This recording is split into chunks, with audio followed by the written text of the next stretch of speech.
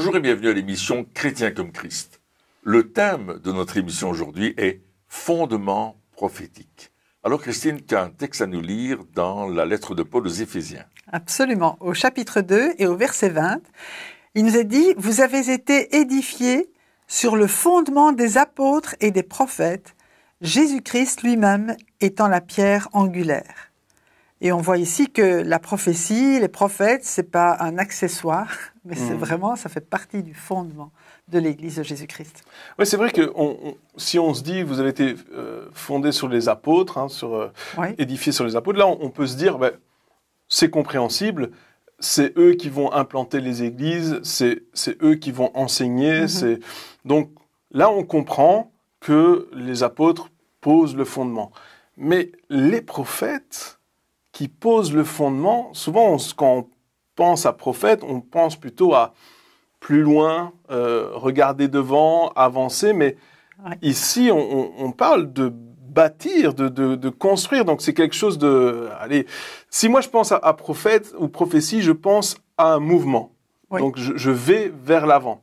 Mais si je parle de fondement, je pense à sédentaire, c'est-à-dire que je construis quelque chose, si je construis, c'est pour qu'il reste. Alors, comment est-ce qu'on peut expliquer que les prophètes aussi ont un rôle à jouer, et quel est ce rôle dans le fondement, justement?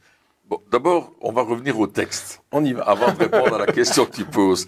Il y a 3 points importants. Édifier, fondement et pierre angulaire.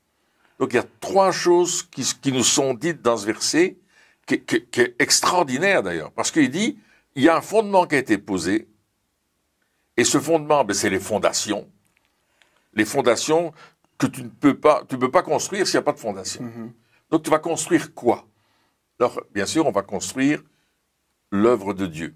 On va édifier l'œuvre, mais en se souvenant que Jésus est la pierre angulaire, la pierre d'angle. C'est à partir de là que toutes les mesures vont être prises pour construire le bâtiment. C'est la pierre de référence. Donc, revenons à la réponse à ta question. Qu'est-ce que ça veut dire? Ça veut dire que les prophètes ont annoncé ce qui allait arriver. Et quand on ouvre la Bible dans l'Ancienne Alliance et qu'on regarde tous les prophètes qui ont parlé, ils ont annoncé que Jésus allait venir et que l'Église allait naître et qu'il allait se passer quelque chose. Donc tous ces prophètes-là, Ésaïe, Jérémie, Ézéchiel, Amos, Abdias, etc. On peut tous les dire, les grands et les petits prophètes, comme on dit, en fonction de la grandeur de leur livre d'ailleurs. Ils sont tous grands devant l'Éternel. Ils ont déjà dit des choses bien avant que nous, on est sur la terre. Ils ont dit des choses qui allaient se passer aujourd'hui, mais qui allaient être le fondement de ce que Dieu est en train de faire. C'est-à-dire que Dieu va révéler sa parole, et il va la révéler pour que nous puissions comprendre aujourd'hui que tout ce qu'il a dit s'accomplit. Prenons un exemple. Jésus-Christ. Jésus-Christ a été prédit dès le commencement de l'Écriture. Et partout dans l'Ancienne Alliance, on prédit la venue de Jésus-Christ. Et dans toutes les Écritures, on trouve Jésus. Mais, bien sûr, le peuple d'Israël attendait le Messie, et Jésus est vraiment le Messie qui devait venir. Et c'est là que, on peut dire, ah oui, c'était annoncé. Par exemple, on annonçait dans Ésaïe, chapitre 9, la jeune fille sera enceinte. La jeune fille vierge sera enceinte, elle aura un fils. On l'appellera Emmanuel, Dieu avec nous, etc. Puis on continue au chapitre 11, on donne les qualités de Jésus déjà. Puis on continue. Dans Michée, par exemple, on dit qu'il va naître à Bethléem. Michée, chapitre 5, il va naître à Bethléem. Puis dans Zacharie, on dit d'autres prophéties par rapport à Jésus. Donc on voit toutes ces choses qui sont dans l'Écriture et qui se réalisent dans les évangiles. C'est le fondement. C'est le fondement qui nous amène à regarder vers la pierre angulaire, à partir duquel on va édifier l'Église. On ne peut pas édifier une Église, quel que soit l'endroit dans le monde, sans que Jésus-Christ soit la pierre de référence. C'est lui qui va nous aider à aller plus loin. Mais les apôtres là-dedans, qu'est-ce qu'ils font? Parce qu'on a parlé des prophètes, on a parlé de la pierre angulaire. Les apôtres, eux, ils vont rentrer dans la vision de Dieu et ils vont commencer à accomplir la vision. Ce sont des acteurs qui vont faire pratiquement les choses que Dieu leur demande de faire. Donc on a les prophètes qui annoncent les choses à l'avance, tout ça c'est l'Ancien Testament. On a Jésus qui arrive, la pierre angulaire. Jésus avait 12 apôtres. Les 12 apôtres vont venir et commencer à apprendre le sens de ce qu'est l'Église qui va naître à la Pentecôte, et ils vont commencer à construire cette Église. Et c'est pour ça qu'à un certain moment, on va parler des 5 ministères dont font partie les apôtres et les prophètes, qui sont d'ailleurs en tête de liste. Pourquoi? Parce que c'est eux qui vont travailler pour que l'Église soit édifiée sur le fondement des apôtres et des prophètes. Belle démonstration. Mais et les prophètes d'aujourd'hui, est-ce qu'ils font partie aussi de cet édifice? Bonne question, bien sûr, parce que l'édification, la construction, édifier, c'est construire. Hein? Paul dira dans la première épître aux Corinthiens, au chapitre 3, au verset 10, « Comme un sage architecte, j'ai posé le fondement. Maintenant, faites attention à la manière dont vous allez bâtir dessus. » Et il dit, vous pouvez bâtir avec du foin, du bois, du chaume, ou de l'argent, de l'or et des pierres précieuses. Mais ça va être éprouvé par le feu. Alors, la réponse à ta question? Ben, on va écouter la voix prophétique dans l'Église. D'accord? Pas seulement pour des individus. Les gens aujourd'hui, ils veulent tout le temps recevoir une prophétie. Je veux connaître mon avenir, etc. Mais le prophète, c'est pas Madame Irma qui donne l'avenir. Hein? C'est pas la boule de cristal. Ça n'a rien à voir. Ça, c'est diabolique. On doit chercher la volonté de Dieu pour accomplir le plan de Dieu dans nos vies, afin de bâtir avec de l'or, de l'argent, des pierres précieuses, ce qui représente les choses divines, les choses de l'esprit, pour construire notre vie, et non pas les choses de la chair, parce que Paul en parlera dans Galates, des œuvres de la chair et des œuvres de l'esprit. Galates chapitre 5, il va parler de cela, mais il dit, attention, on va marcher selon l'esprit, on va construire en accord avec la parole de Dieu, on va pas construire comme le monde construit, parce que le monde, ben, il est soumis au prince de ce monde, mais nous, on fait partie du royaume de Dieu. Et Paul dira aussi qu'on était transportés dans le royaume du Fils de son amour. On est déjà dans ce royaume-là, donc on va bâtir avec les éléments du royaume de Dieu et non pas avec nos éléments. Et c'est pourquoi on a besoin aujourd'hui des prophètes qui vont nous montrer le chemin et ils vont nous indiquer des choses précises, toujours, et je le souligne, en accord avec la révélation de la parole de Dieu. Ouais, c'est pour ça qu'on voit aussi que, justement, dans les actes, on dit que quand ils étaient envoyés selon ce que l'Esprit avait montré, donc dans telle ou telle ville ou dans tel endroit, etc. Ils allaient toujours conduits par l'Esprit, et donc, prophétiquement, ils allaient quelque part commencer une œuvre, et c'est Jésus qui a commencé en disant « À Pierre, tu es cette pierre, sur cette pierre, je bâtirai mon église ». Donc c'est lui qui a commencé à prophétiser. L'Église. Donc, c'est ça aussi que chaque Église qui naît de Dieu, les œuvres, on va dire ça, parce que l'Église, elle est née et elle continuera à vivre, peu importe. Et elle grandit. Elle grandit encore, mais les œuvres, les églises locales, etc., eh bien, ça doit être conduit par l'Esprit. Ça ne doit pas naître parce qu'on est fâché avec quelqu'un ou parce qu'on est en division, en rébellion, etc. Parce que si on construit là-dessus, c'est pas sur le fondement des apôtres et des prophètes, c'est sur le fondement de la dispute et des rébellions, etc. C'est du bois, du foin, du chaume. Du bois, du foin, du chaume, et à un certain moment, ça va brûler et ça va disparaître. Et donc, c'est pour ça que c'est important de se dire, si je construis l'Église ou si je participe à la construction de l'Église, je vais m'assurer qu'il y a ce fondement prophétique, c'est-à-dire cette direction de l'Esprit pour construire l'Église. Donc, encore une fois, nous, quand on parle d'Église, on a tendance à voir notre Église locale. Hein. On a cette tendance mais ici, on parle de l'Église avec un grand E, hein, le peuple de Dieu, les enfants de Dieu. Et Dieu veut construire son Église justement sur ce fondement, comme tu dis, des prophètes de l'Ancien Testament, de l'Ancienne Alliance, et aussi des prophètes d'aujourd'hui, des prophètes qui sont encore en œuvre aujourd'hui et qui aident à bâtir l'Église. Et aussi, ça aussi, c'est important de se dire, ah, mais ça veut dire que le ministère prophétique a pour but de construire l'Église et pas de la détruire. Exactement. Et si aujourd'hui on voit des prophètes qui viennent et qui ont dans leur parole un but de destruction de l'Église, c'est que c'est pas en accord avec la parole de Dieu. Ça aussi, ça peut nous aider à voir si un prophète dit maintenant il faut détruire l'Église ou il faut arrêter tout ce que Dieu...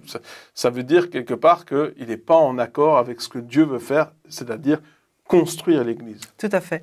Et je crois que c'est vraiment bien tout ça parce qu'il y a une seule Église, il y a un seul fondement.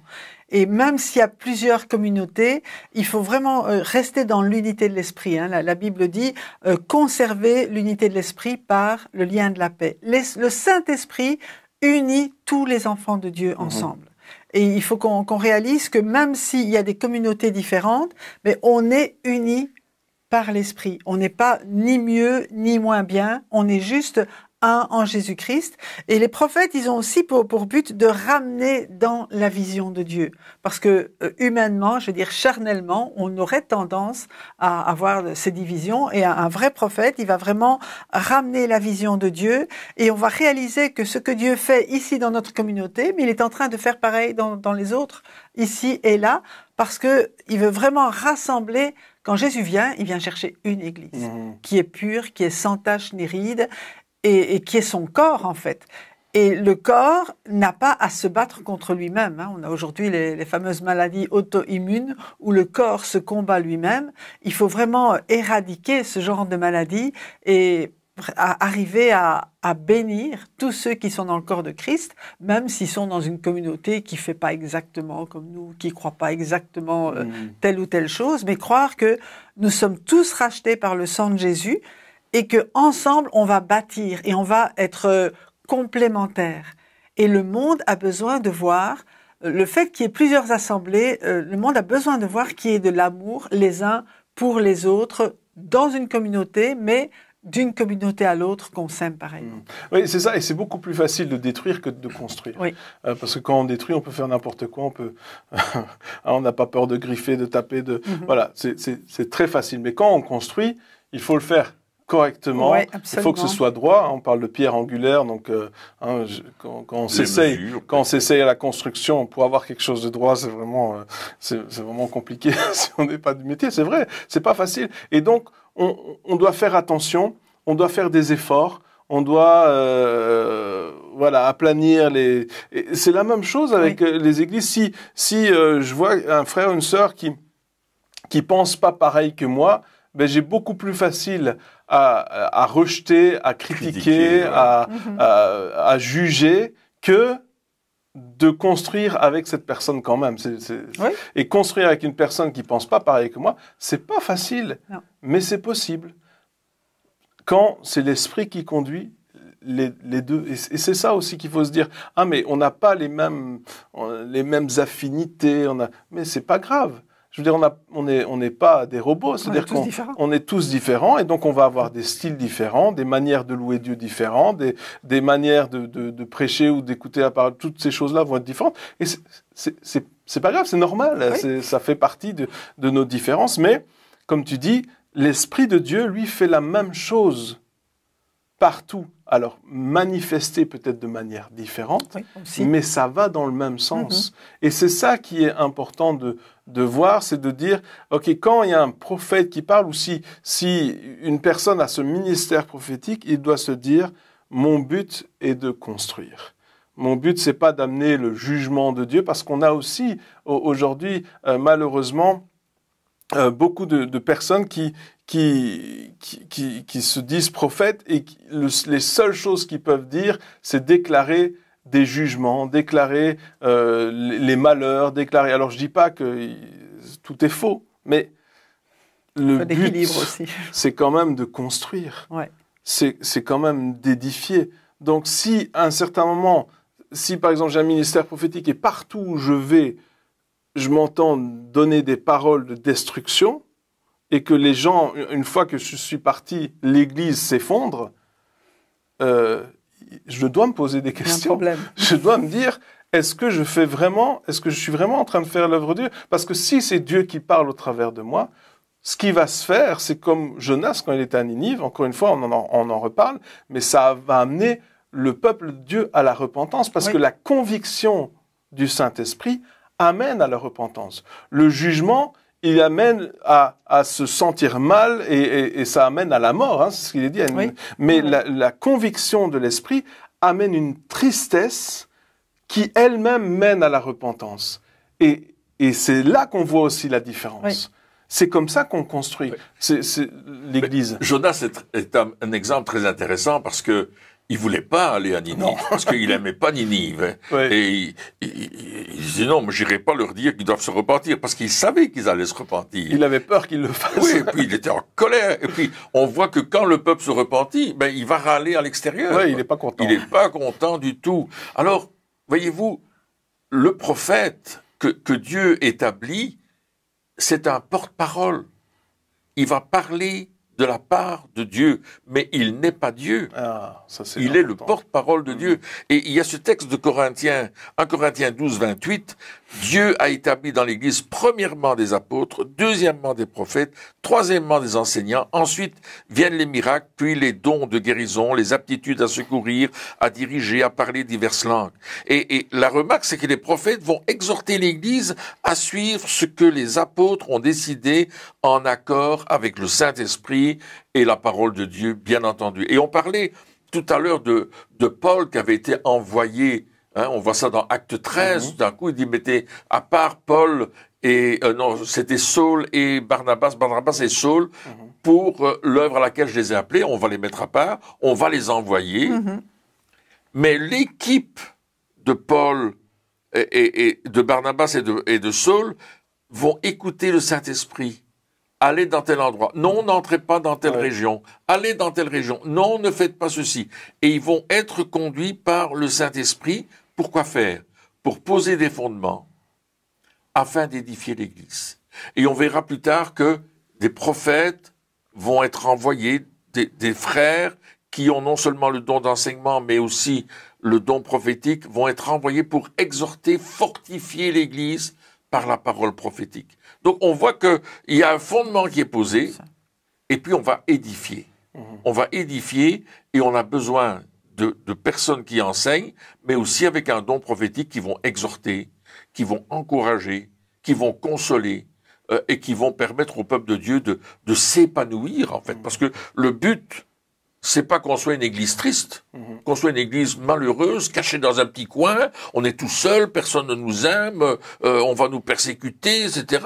Alors c'est ce qu'ils vivaient, parce que les Romains et les gens de l'époque n'étaient pas très heureux. On le voit d'ailleurs dans les récits de l'apôtre Paul, où ils vont être persécutés. Mais ils n'étaient pas cachés dans leur petit trou. Ils n'étaient pas tristes. Ils n'étaient pas tristes, ils n'étaient pas esselés, ils faisaient partie du corps de Christ. Partout dans l'Empire romain où l'évangile avait été annoncé par Paul et par les apôtres, eh bien, il y avait la joie du Seigneur. Et souvent, Paul va relever cette dimension de la joie dans le fait qu'il proclame « Nous sommes des fils et des filles de Dieu, nous sommes des plus que vainqueurs en Jésus-Christ » qui nous fait toujours triompher. Alors, gloire à Dieu, c'est ça le message prophétique. Dieu nous fait toujours triompher des choses qui peuvent nous survenir, mais il est avec nous et il l'a promis, je suis avec vous tous les jours jusqu'à la fin du monde. C'est aussi une parole d'encouragement et aussi une parole prophétique. Oui, c'est surtout parce qu'il connaît toutes choses et du coup on peut pas être tout d'un coup dépassé par les événements.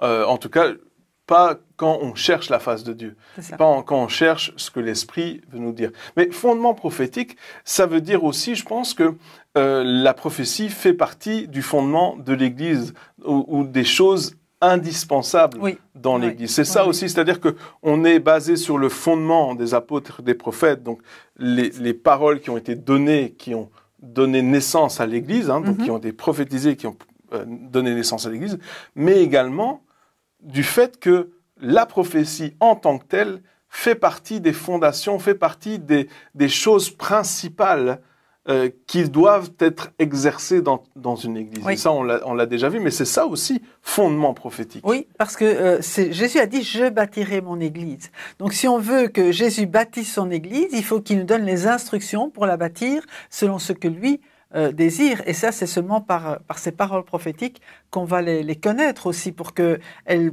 puissent tenir ferme, pour que non seulement il y ait ce fondement donc, de la pierre angulaire, mais que en bâtissant, eh bien, ce soit selon ce que Dieu a préparé d'avance. Hein, l'œuvre à laquelle je les ai préparés, l'œuvre à laquelle je les appelle, Dieu appelle chacun dans un rôle bien spécifique, et les prophètes vont aider aussi à déterminer les rôles de chacun. Les prophètes et les apôtres vont vraiment permettre que cette Église soit édifiée. N'oublions pas que l'Église, elle est formée par des pierres vivantes. Hein, on n'est pas en train de mettre des briques là, on est en train ça bouge. Ça bouge, on est en train de placer des personnes qui vont faire partie de ce bâtiment et de ce corps. Hein, c'est ces deux images qui sont importantes pour être à la bonne place et exercer chacun la bonne fonction. Et les prophètes vont aider là-dedans aussi. Donc ça veut dire quelque part aussi que l'Église doit être dépendante de la parole prophétique quelque part. Et ça, c'est vraiment important à dire aujourd'hui, parce que on a l'impression dans l'Église, dans certaines églises, que l'Église n'est plus dépendante de la parole de Dieu. C'est-à-dire qu'on a des formules à cause de l'expérience. Hein, l'Église existe depuis un petit temps maintenant, hein, donc on sait ce qui fonctionne pas, on sait comment faire les choses, et les choses qui à la base avaient été établies par les prophètes, c'est-à-dire les choses qui avaient été enseignées en disant ben voilà, on va faire ça comme ça maintenant, on va faire ça comme ça, on en a fait une espèce de dogme, de doctrine, de tradition, et on fait les choses par habitude, sans savoir si Dieu veut ça pour notre Église aujourd'hui, pour cette assemblée, etc. Donc sans être dépendant quelque part de la parole prophétique, on est devenu dépendant de méthodes. Et c'est là qu'est le danger aujourd'hui. Et c'est maintenant qu'il faut remettre aussi les choses à leur place en disant, OK, les méthodes, c'est bien, ça a fonctionné dans le passé et c'est pas mauvais. Mais est-ce que c'est ça que Dieu veut pour nous? Est-ce que c'est vraiment comme ça que Dieu veut? Est-ce que Dieu veut qu'on fasse comme tout le monde? Ou est-ce qu'on doit faire un petit peu différemment? Alors, on ne doit pas forcément être complètement différent, mais est-ce que c'est ça que Dieu a pour nous? Il faut pouvoir se poser la question.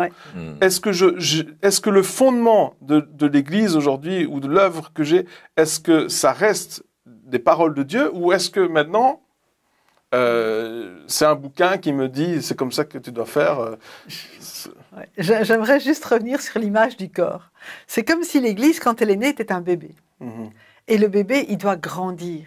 Il doit se développer. Et se développer, il y a certaines choses qui se développent plus vite que d'autres. Et il n'est pas statique. Si après 2000 ans, le bébé reste un bébé, il y a un problème. Ou bien si il y a une partie qui s'est développée et que le développement s'est arrêté, il y a un problème aussi. Hein, si un membre a commencé à grandir, et puis tout d'un coup, on connaît une jeune femme qui avait commencé vraiment à grandir, puis elle a eu la polio, et puis il y a des membres qui ont arrêté de grandir. Mais alors, malheureusement, elle est restée avec une disproportion pour toute sa vie. Donc, il faut laisser le Seigneur nous permettre de d'avoir de nouvelles révélations de sa parole pour grandir comme lui il veut et arriver pleinement à la maturité. Non seulement chacun personnellement, mais permettre à toute l'Église d'arriver à la maturité pour qu'elle soit ce que Jésus veut qu'elle soit. Vraiment devenir dépendant de l'Esprit. Oui, absolument. C'est pas parce qu'on sait... La vie de Dieu en nous, en fait. Oui, c'est ça, parce qu'on a de l'expérience, on a fait des choses. Certains ont énormément d'expérience, mais des fois, ça devient un frein à ce que Dieu veut faire, parce que comme on a toujours fait comme ça, que ça a fonctionné, on se dit, mais pourquoi faire autrement? Donc, quelque part, notre expérience, notre sagesse ou notre connaissance ne doit pas avoir le dessus sur ce que l'Esprit veut dire. Ce que Dieu veut faire. Ouais. Alors, il y a un danger, c'est le mimétisme.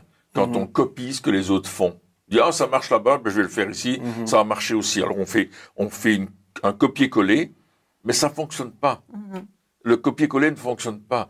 Il faut qu'on soit, comme tu le disais très bien, à l'écoute du Saint-Esprit et qu'on marche selon l'Esprit. Et là, on a besoin non seulement des prophètes, parce que la Bible dit qu'un prophétise et que les autres examinent. Donc là aussi, on va pas foncer dedans, tête baissée en disant le prophète a dit ça fonctionne. Non, on va écouter, on va éprouver la prophétie et on va la mettre en pratique si on découvre ensemble qu'elle est en accord avec la parole de Dieu, quelle est vraiment la direction que Dieu nous donne, que nous sommes tous d'accord sur ce que Dieu a dit et qu'on marche dans ce sens-là. Et Dieu va réaliser sa parole. On a besoin de cela. On avait un exemple simple. Nous, on voulait construire un bâtiment pour que l'Église se réunisse dans le bâtiment. Et puis, un prophète est venu et il m'a dit, Pierre, tu vas pas bâtir de bâtiment. Voilà le bâtiment que tu vas avoir. Et il me décrit un bâtiment que je ne connais absolument pas. Mais dans les jours qui ont suivi, à cause de la parole qui m'avait été donnée, j'ai été attentif à regarder autour de moi. Et j'ai vu ce bâtiment. Et je me suis dit, oh, ça c'est la parole prophétique. Et nous sommes dans ce bâtiment aujourd'hui, parce que la parole prophétique s'est accomplie. Oui, donc il faut vraiment être attentif, c'est ça, à ce que l'Esprit dit et lui laisser la possibilité de nous parler. C'est-à-dire rechercher ces paroles prophétiques. Pas juste attendre qu'elles tombent du ciel en disant on verra bien s'il y a une parole, mais dire Seigneur, montre-nous, avoir faim et soif. Et c'est pas juste les responsables de l'Église qui doivent avoir faim et soif d'être guidés prophétiquement, mais le corps aussi doit rechercher la face de Dieu. Oui, parce que c'est tout le monde qui peut apporter sa contribution et vraiment désirer marcher dans les voies de Dieu. Et aussi, en tant que responsables, les responsables d'Église doivent être aussi à l'écoute de ce que les personnes dans l'Église peuvent recevoir, peuvent apporter, parce que personne n'a entre guillemets, la science infuse, n'a le... je ne sais plus le mot, toute la vérité. Toute la vérité, voilà. Donc, rester dépendant de ce que Dieu dit à travers les uns et les autres. Et c'est là que le corps grandit tout entier. Et c'est là qu'on a des bons fondements et qu'on peut vraiment bâtir de manière stable. Voilà. Eh bien, chers amis, merci encore de nous avoir suivis pour cette émission. Et puis, on se retrouve très bientôt pour la suite. Au revoir.